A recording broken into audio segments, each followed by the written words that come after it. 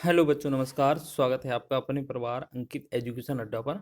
आज हम बात करने वाले हैं RRB NTPC, RRB group D और आरपीएफ के कुछ महत्वपूर्ण प्रश्नों के बारे में, जिसमें आज हम क्वेश्चन करेंगे बोट एंड स्ट्रीम से रिलेटेड, जो कि आपके बहुत ही कम समय में होने वाले प्रश्न होते हैं और आप इनमें कंफ्यूज होते हैं। तो क्यों ना इनको बताया जाए बहुत ही शॉर्ट तरीके से। तो यहाँ देखिएगा, शांत जल में एक आदमी की चाल 28/3 किलोमीटर प्रति घंटा है। वह धारा की विपरीत दिशा में धारा की समान दिशा में लिए गए समय से तिगुना समय लेता है। धारा का वेग कितना होगा? देखिएगा, अगर इस तरीके का क्वेश्चन मिले आपको और आपको मिला है कि दुगुना, तिगुना, चार गुना, पाँच गुना इतना समय मिले एक बार जाने में एक बार आने में, यानी कि जो एक दिशा में जाता है और उसकी विपरीत दिशा में जाता है, तो एक गुना मतलब एक दिशा में जाता है तो कम समय लगता है, और विपरीत दिशा में जाता है तो हो सकता है दुगुना, तिगुना, चार गुना इस तरीके से समय लगेगा। तो आपको करना कैसे है, आपको ये देखना सापेक्ष चाल आपकी दो, इसमें क्या है, दूरी बराबर होती है। जैसे आपको एक बात बताया जाए, जैसे आप यहाँ से यहाँ गए और यहाँ से यहाँ आए, आपका दूरी कांस्टेंट है, मतलब दूरी बराबर है। तो इसमें दूरी का कोई रोल नहीं होता है। हो सकता है आप दूरी चाहे 50 किलोमीटर हो, 100, 500 कितना भी दिया हो, उससे कोई लेना देना नहीं है, ठीक है। अब पहले जो आदमी की चाल दी है 28/3, इसके साथ एक ही दिशा में जो चाल होगी वो हो जाएगी 28/3 प्लस में वाई। वाई क्या होती है? धारा की चाल होती है, ठीक है। और एक्स जो होती है वो आदमी की चाल हो, जो नहीं दिया होगा उसे हम सॉल्व करेंगे, ठीक है, बराबर। दूसरी तरफ विपरीत वाली चाल क्या हो जाएगी? 28/3 माइनस का वाई। अब एक बात बताइए, यहाँ पर जो समय है एक दिशा में जाती है तो बहुत जल्दी पहुंच जाती है, कम समय लगता है, लेकिन अगर विपरीत दिशा में जाती है तो बहुत ज़्यादा समय लगता है। तो याद रखना, जो आपका 3 गुना, 4 गुना, 5 गुना लिखा हो तो आपको इस माइनस वाली चाल में, मतलब विपरीत वाली चाल में गुणा करना होगा। तो हम क्या कर सकते हैं, इसमें 3 से गुणा करेंगे, तिगुना समय है तो 2 से गुना, 2 गुना होता तो 2 से गुणा करते, ठीक है। तो ये इनका लासा लेंगे तो ये बनेगा बटा में 3 ही हो जाएगा, और ये हो जाएगा 28 प्लस में 3y बराबर। इनसे 3 से गुणा करेंगे, पहले तो 3 तो यहाँ रहने दें, यहाँ पर लासा 3 ही आएगा। तो यहाँ 28 माइनस 3y, ठीक। अब 3 का गुणा कर लें, या 3 इस वाले 3 से ये वाला 3 हटा दें, ठीक। तो 28 प्लस का 3y बराबर 28 कितना होता है? 84 माइनस का 3 × 9y, ठीक। अब y को इस तरफ ले आएंगे और 28 को इस तरफ ले आएंगे तो ये कितना बनेगा? यहाँ पर देखो, 9 और 3 कितना जुड़ेगा? 12y। और 28 में 84, मतलब 84 में से 28 चलेगा तो ये कितना होगा?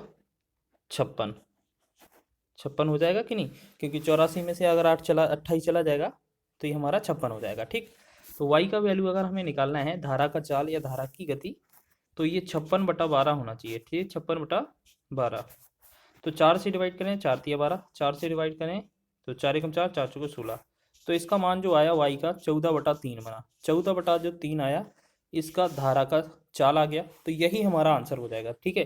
तो इस तरीके से आप बहुत ही कम समय में लगा सकते हैं। बाकी आपका कैलकुलेशन है, आप इससे फास्ट भी कर सकते हैं, इससे लेट भी कर सकते हैं, लेकिन आपका तरीका मेन क्या है, जो आपको पहली लाइन में बताया गया है। अब इसको आप जितने जल्दी सॉल्व कर सकते हैं। हमने आपको डिटेल करके बताया है, नहीं तो हम भी आपको यहाँ पर शॉर्ट ट्रिक से हल कर देते तो आप कहते ये कहाँ से आया है। तो इस वजह से हमने पूरा सॉल्व करके दिखाया है।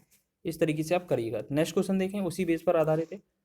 शांत जल में 3 किलोमीटर प्रति घंटे की चाल से नाव चला रहे एक गोताखोर को धारा की विपरीत दिशा में 50 किलोमीटर जाने में तथा धारा की दिशा में 50 किलोमीटर जाने की तुलना में 2 गुना समय लगता है। धारा की चाल ज्ञात कीजिए। देखिएगा, क्वेश्चन तो वही है ना, एक बार विपरीत जा रहे हैं, एक बार दिशा में जा रहे हैं, तो 50 किलोमीटर जा रहे हैं, इसका मतलब इसमें दूरी का कोई रोल नहीं है, कॉन्स्टेंट है।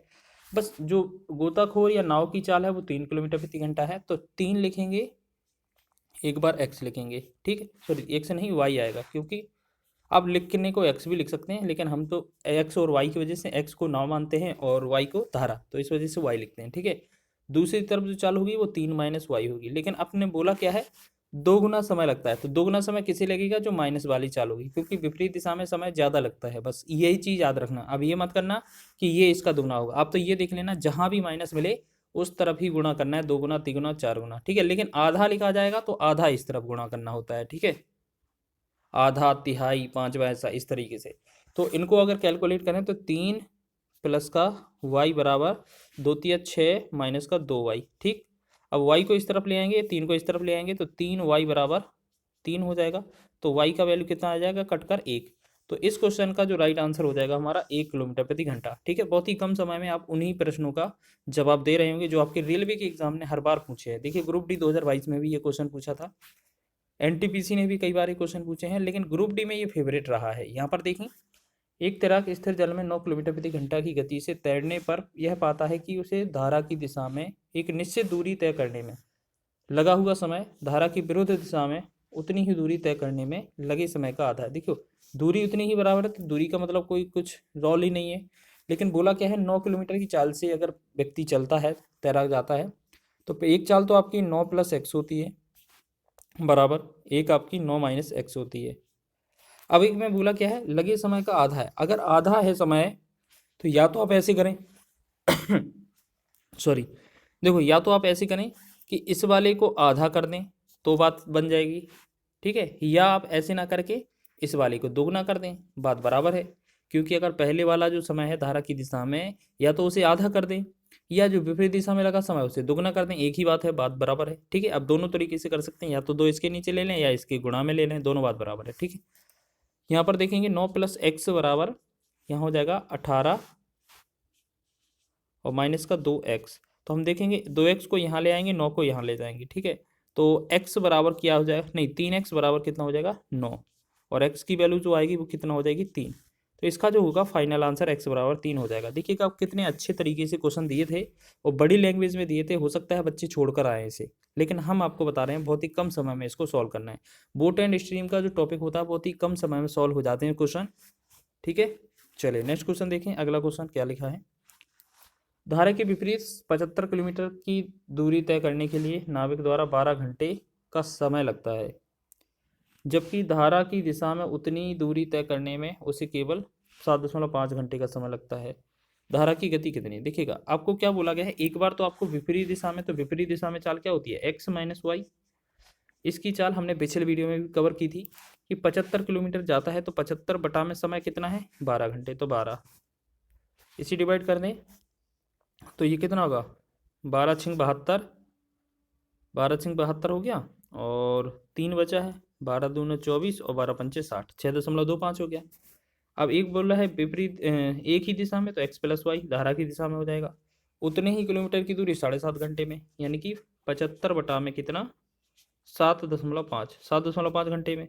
पॉइंट हटाएंगे, एक 10 से गुणा हो जाएगा ऊपर, 75 से 75 हट ही जाएगा, तो इसका मतलब है ये 10 आ जाएगा। ठीक, अब हमने आपको पिछले वीडियो में बताया था कि x + y और x - वैल्यू y का वैल्यू अगर दिया जाए तो आप दोनों गति निकाल सकते हैं। अगर धारा का पूछा जाए तो मतलब हमसे y का वैल्यू पूछा जा रहा है, तो इन दोनों का अंतर करना पड़ता है। ठीक है, इन दोनों का अंतर करेंगे तो यहाँ पर कितना होगा 3 दशमलव,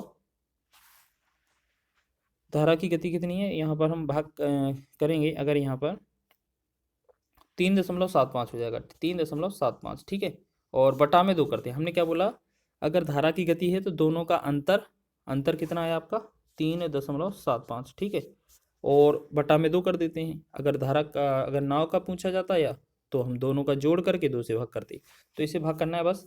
तो 2 से भाग करेंगे, 2 एकम 2, 2 से 2 8 16, 1 2 5 2 7 14 और 2 5 10, तो 1.875 इसका राइट आंसर होना चाहिए। ठीक है, जो कि आपका ऑप्शन नंबर डी में दिया हुआ है। तो बहुत ही कम समय में आप इस क्वेश्चन को भी हल कर सकते हैं।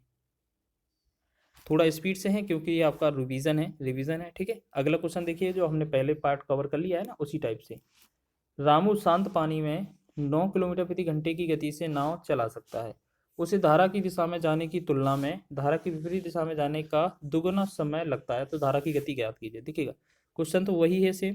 क्या करेंगे, 9 किलोमीटर जाता है तो हम क्या करेंगे, एक 9 + x हो जाएगी चाल, और बराबर में 1 हो जाएगी 9 - x। ठीक है, अब बोला है दुगना समय लगता है, तो दुगना तो इस विपरीत वाले को लगेगा। देखो हमेशा याद रखना, विपरीत जो चाल होती है वो माइनस में होती है, और माइनस में चाल ज़्यादा होगी, मतलब माइनस में चाल होगी तो समय ज़्यादा लगेगा, क्योंकि चाल थोड़ी घट जाएगी तो समय ज़्यादा लगेगा, वैसे ही सही बात है। ठीक है, यहाँ पर 9 + x लिखेंगे, और बराबर में 9 दूना 18 और -2x। ठीक, तो यहाँ 9 से 18 पर और x से यहाँ पर, तो हम देखेंगे 3x बराबर 9 में से 18 आ गया 9, तो x बराबर कितना आ गया 3। ठीक है, तो 3 किलोमीटर प्रति घंटा इसका राइट आंसर हो जाएगा। देखिए यही सेम क्वेश्चन लगभग ग्रुप डी में पूछा था, और यही सेम क्वेश्चन देखो ये आपका 16 में पूछा था, और 2022 में भी इसी तरीके से ग्रुप डी में भी पूछा गया था। तो यानी कि क्वेश्चन क्या होते हैं, रिपीट होते हैं।